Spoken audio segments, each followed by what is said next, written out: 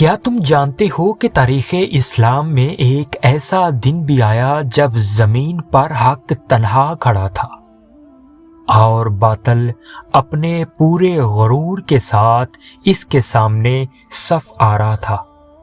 ایک ایسا دن جب پیاسے لبوں نے صبر کا ایسا سمندر دکھایا کہ قیامت تک انسانیت اس سے روشنی لیتی رہے گی۔ ایک ایسا دن جب ایک باپ نے اپنے جوان بیٹے کی لاش اٹھائی، ایک بھائی نے اپنے بھائی کو کھویا، ایک بہن نے اپنے خاندان کو کٹتے دیکھا، مگر حق کا علم زمین پر گرنے نہ دیا۔ یہ صرف جنگ نہیں تھی، یہ انسانیت کے ضمیر کا امتحان تھا۔ یہ واقعہ تھا کربلا کا۔ معزز سامعین، یہ سن 60 ہجری کا زمانہ تھا۔ معاویہ کا انتقال ہو چکا تھا اور ان کے بعد ان کا بیٹا یزید تخت حکومت پر بیٹھ چکا تھا۔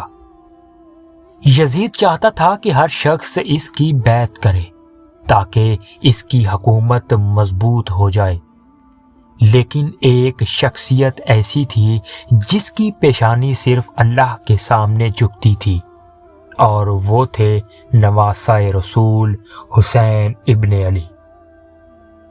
امام حسین جانتے تھے کہ یزید کی بیعت صرف ایک سیاسی فیصلہ نہیں بلکہ حق اور باطل کے درمیان لکیر مٹانے کے برابر ہوگی۔ انہوں نے انکار کر دیا۔ یہ انکار تاریخ کا سب سے بڑا اعلان بن گیا۔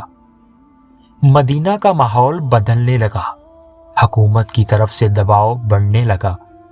امام حسین نے محسوس کیا کہ اب مدینہ میں رہنا ممکن نہیں۔ روانگی سے پہلے وہ اپنے نانا محمد صلی اللہ علیہ وآلہ وسلم کے روضہ پر حاضر ہوئے۔ خاموش رات تھی، مگر اس خاموشی کے اندر جدائی کا ایک طوفان تھا۔ انہوں نے دعا کی جیسے اجازت لے رہے ہوں۔ پھر وہ اپنے اہل خانہ کے ساتھ مکہ کی طرف روانہ ہوئے۔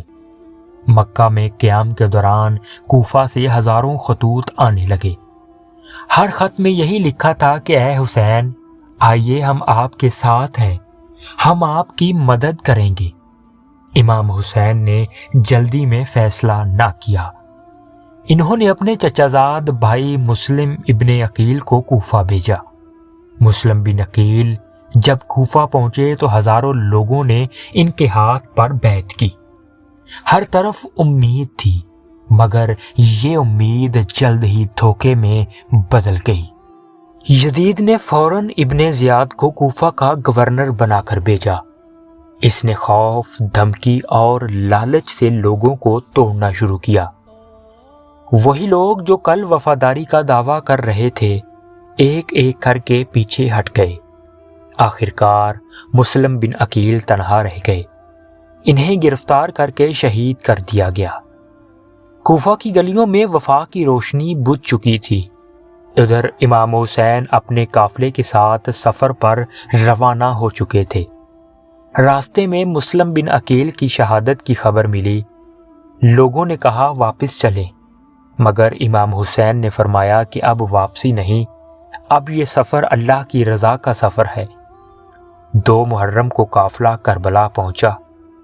خاموش صحرا، گرم ریت اور دور بہتا ہوا دریائے فرات، یہی وہ زمین تھی جہاں حق کا امتحان ہونا تھا۔ یزیدی لشکر آ پہنچا، تعداد ہزاروں میں تھی۔ امام حسین کے ساتھ صرف 72 جانثار تھے۔ 7 محرم کو حکم ہوا کہ پانی بند کر دیا جائے۔ دریائے فرات سامنے تھا، مگر پیاسے لب اس تک نہ پہنچ سکتے تھے۔ خیموں میں بچوں کی صدائیں بلند ہونے لگیں۔ یہ صرف پیاس کی آواز نہ تھی، یہ تاریخ کے دل پر پڑنے والی ضرب تھی۔ معزز سامعین، 9 محرم کی رات آئی شب عاشور۔ امام حسین نے اپنے ساتھیوں کو جمع کیا، فرمایا دشمن صرف مجھے چاہتا ہے، تم سب جا سکتے ہو۔ مگر ہر ساتھی نے کہا اگر ہمیں 1000 بار بھی قتل کیا جائے ہم آپ کا ساتھ نہ چھوڑیں گے۔ پھر 10 محرم کی صبح طلوع ہوئی، عاشورہ کا دن۔ نماز فجر کے بعد امام حسین نے اپنے ساتھیوں کو تیار کیا۔ دشمن کا لشکر سمندر کی طرح پھیلا ہوا تھا اور حسین کے ساتھ چند وفادار ستارے تھے۔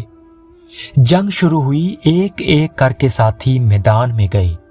ہر طرف تلواروں کی جھنکار، نیزوں کی آواز اور تکبیر کی صدائیں تھیں۔ سب سے پہلے وفادار ساتھیوں نے قربانیاں دی، ایک ایک کر کے سب شہید ہوتے گئے۔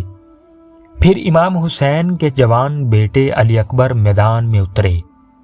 ان کی صورت رسول اللہ صلی اللہ علیہ وآلہ وسلم سے بہت مشابہ تھی۔ وہ لڑے، بہادری دکھائی، مگر آخرکار شہید ہو گئے۔ امام حسین نے ان کی لاش کو اٹھایا۔ یہ ایک باپ کے دل کا ٹوٹنے کا لمحہ تھا۔ پھر کم عمر قاسم میدان میں گئے۔ نوجوانی کی دہلیز پر کھڑا وہ شیر میدان میں اترا اور شہادت پا گیا۔ پھر علمبردار لشکر عباس ابن علی پانی لینے نکلے۔ وہ فرات تک پہنچے، مشکیزہ بھرا، مگر واپسی پر ان کے دونوں بازو قلم کر دیے گئے۔ وہ گر گئے مگر وفا کا پرچم زمین پر نہ گرنے دیا۔ خیموں میں پیاس بڑھتی جا رہی تھی۔ پھر امام حسین اپنے 6 ماہ کے بیٹے علی اصغر کو لے کر میدان میں آئے۔ فرمایا، اگر مجھ سے دشمنی ہے تو اس بچے کو پانی دے دو۔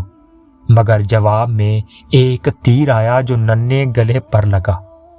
وہ لمحہ ایسا تھا کہ صحرا بھی کانپ اٹھا۔ اب سب ساتھی جا چکے تھے، امام حسین تنہا رہ گئے۔ انہوں نے آخری بار خیموں کی طرف دیکھا، اپنی بہن زینب کو صبر کی تلقین کی، پھر میدان میں اتر گئے۔ امام حسین نے تنہا بے مثال شجاعت دکھائی۔ دشمن ان کے قریب آنے سے گھبرا رہا تھا، مگر تعداد زیادہ تھی۔ چاروں طرف سے حملے ہونے لگے، تیر، نیزے، تلواریں۔ آخرکار امام حسین زخمی ہو کر زمین پر گر پڑے۔ یہ وہ لمحہ تھا جب حق زمین پر تھا اور باطل اس کے گرد کھڑا تھا۔ پھر ظلم کی انتہا ہوئی۔ امام حسین علیہ السلام کو شہید کر دیا گیا۔ ان کا سر مبارک جدا کیا گیا، خیموں کو لوٹا گیا، آگ لگا دی گئی، عورتیں اور بچے قیدی بنا لیے گئے۔ لیکن کربلا کا پیغام یہاں ختم نہ ہوا۔ معزز سامعین، قافلہ اہل بیت کو کوفہ اور پھر شام لے جایا گیا۔ وہاں زینب نے ایسا خطبہ دیا کہ ظلم کے محل لرز اٹھے۔ زین العابدین نے بھی حق کا پیغام جاری رکھا۔ یزید کی سلطنت وقت کے ساتھ ختم ہو گئی، مگر حسین کا نام آج بھی زندہ ہے۔ کربلا ہمیں سکھاتی ہے کہ سچائی کے لیے کھڑا ہونا آسان نہیں، مگر یہی اصل کامیابی ہے۔ طاقت تعداد میں نہیں ہوتی، طاقت حق پر قائم رہنے میں ہوتی ہے۔ کربلا یہ سکھاتی ہے کہ بعض اوقات ایک چھوٹا سا قافلہ پوری تاریخ کا رخ بدل دیتا ہے۔ سلطنتیں مٹ جاتی ہیں، تخت گر جاتے ہیں، مگر قربانی کی خوشبو وقت کے ساتھ اور گہری ہو جاتی ہے۔ اور یہی وجہ ہے کہ آج بھی جب محرم آتا ہے تو صرف ایک واقعہ یاد نہیں آتا، بلکہ انسانیت کا وہ سبق یاد آتا ہے جو قیامت تک زندہ رہے گا۔ حق کے لیے جینا، حق کے لیے مرنا اور ظلم کے سامنے سر نہ جھکانا، یہی کربلا ہے۔